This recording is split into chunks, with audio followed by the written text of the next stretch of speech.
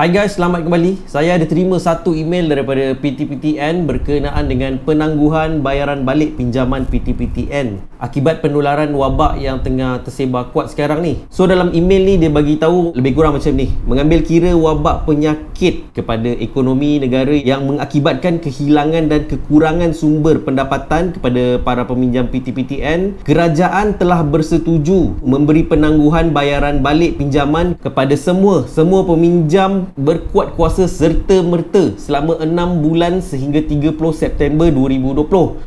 Tapi macam mana pula yang PTPTN dia automatik potong gaji macam kaki tangan kerajaan, dan ada juga yang SI standing instruction dia automatik potong daripada bank. Bermaksud setiap berapa hari bulan dia automatik potong daripada akaun bank korang.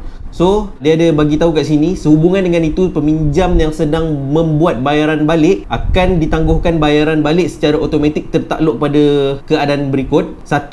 Bayaran balik melalui potongan gaji. Semua arahan dan penghantaran data potongan gaji akan ditangguhkan. Walau bagaimanapun, terdapat peminjam yang akan diteruskan potongan gaji bagi bulan Mac 2020 memandangkan aktiviti prosesan data potongan telah dibuat lebih awal sebelum pengumuman penangguhan bayaran balik. Sila semak pinjaman masing-masing untuk mengesahkan bayaran berhubungan perkara ini. Tiada pemulangan semula ataupun refund yang akan dibuat ke atas bayaran balik yang telah diterima. Potongan gaji akan dihentikan bagi bulan April sehingga September 2020. Okey, maksudnya bagi yang potong gaji ni bermaksud dipotong daripada automatik daripada payslip.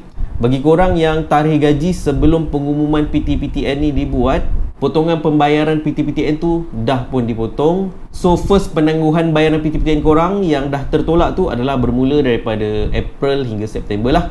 Dan tak ada refund. Kalau korang dah terpotong, dia tak boleh nak refund lah. Sebab keputusan kerajaan bermula daripada setarikh ni lah. Saya tak pasti hari ni ataupun semalam, tapi yang dia ada state kat sini iaitu bermula 19 Mac.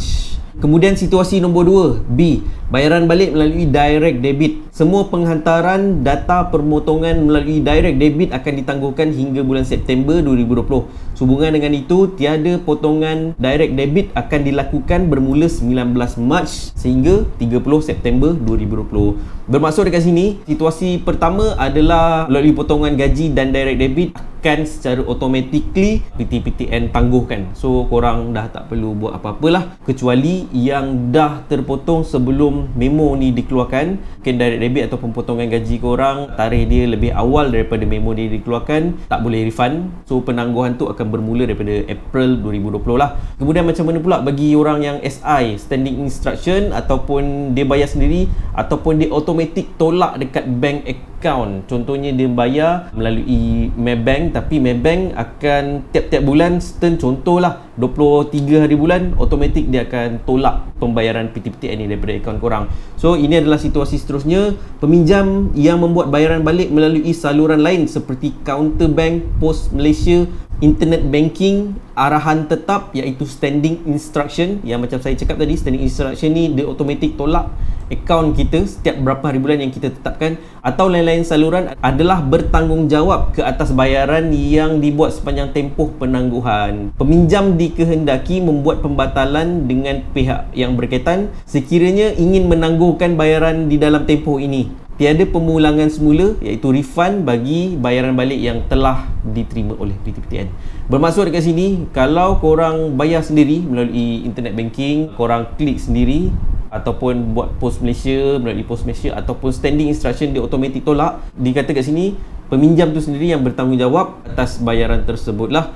Tak ada refund. Bermaksud kalau korang standing instruction nak cancelkan, kita sendiri kena hubungi pihak bank tersebut, sama ada Maybank ke CIMB, ikut korang punya account. So kita sendiri buat pembatalan SI tersebut lah daripada pihak yang kita berurusan, macam bank ataupun Pos Malaysia ke.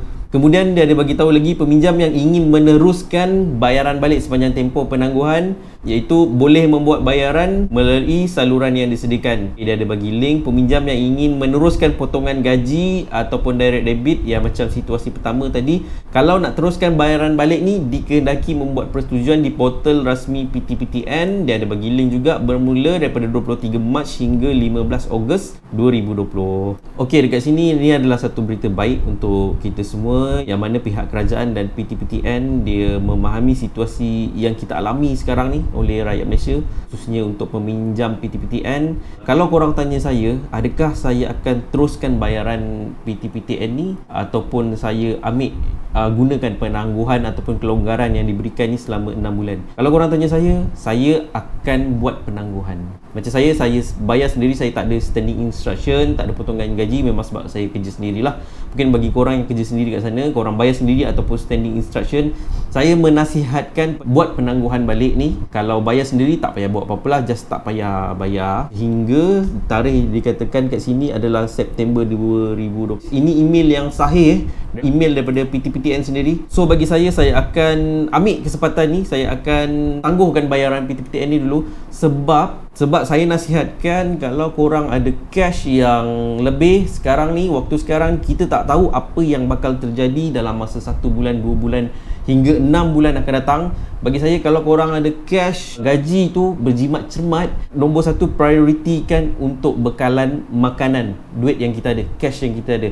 Nombor 2, standby, simpan. Makanan pun kau dapat berjimat cermat, simpan cash tu untuk standby waktu emergency yang kita tak tahu apa yang akan datang. Anak kita sakit ke dalam masa tempoh kawalan pergerakan ni, ataupun kalau dah reda pun semua ni, mungkin ramai yang bakal hilang pendapatan, pekerjaan, sumber ramai. Dan waktu tu government kita pun mungkin akan suffer untuk naikkan ekonomi kita yang honestly memang dah efek teruk sekarang ni. Dan itu kerajaan, apatah lagi kita sebagai ekonomi individu ni, lagilah kita perlu survive. Dan saya yakin ramai yang ada wang simpanan yang tak mencukupi sebenarnya, sebab tak ada siapa jangka ini boleh terjadi, tak ada siapa jangka. So itu saja serba sedikit tentang maklumat PTPTN ni. Stay tune sebab lepas ni kita akan siarkan satu lagi video hari ni juga, iaitu berkenaan dengan koleksi video-video orang yang degil dekat luar sana. Apakah reaction kita terhadap diorang yang masih degil, diorang yang nak menjadi ejen penularan virus ni. Dan satu lagi video saya akan siarkan juga, iaitu berkenaan dengan penangguhan bayaran rumah